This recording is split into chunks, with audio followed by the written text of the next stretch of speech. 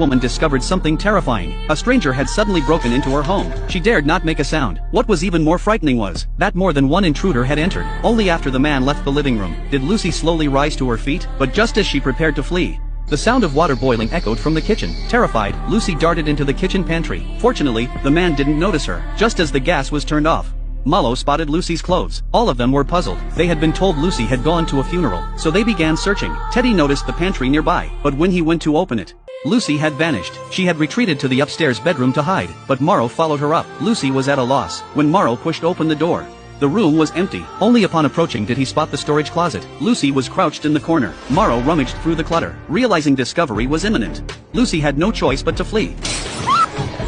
She's upstairs!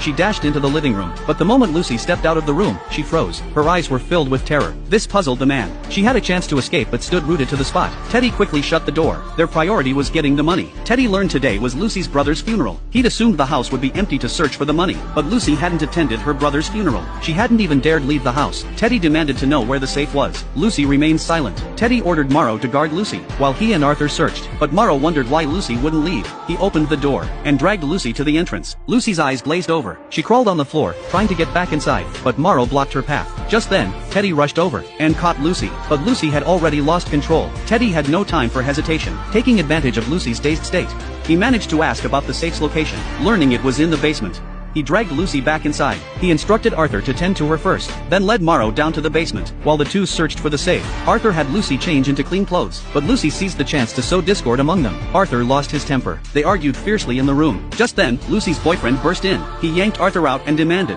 why he was treating his girlfriend this way. Amidst their confrontation, Lucy realized her boyfriend actually knew these people. She seized the chance to flee the room and hid in the bathroom, but Arthur followed closely behind and noticed the bathroom. He crept quietly toward it. Hearing the sound, Lucy blocked the doorway, but Arthur was strong. He shoved Lucy into the corner. In desperation, Lucy grabbed a pair of scissors and stabbed Arthur in the groin. Lucy was horrified by what she'd done, yet her eyes flashed with savagery. She dragged Arthur down to the basement. When the others heard the commotion and rushed in, they only saw a pool of blood on the floor. They sensed something was terribly wrong. Descending, they discovered Arthur lying on the floor. Morrow seemed to notice something. When he pushed open the door, Lucy appeared before him. Before he could pursue, the iron gate slammed shut. Despite their combined strength, they couldn't kick it open. Lucy reached the hall and closed the door. She approached a switch, pulling up the gate.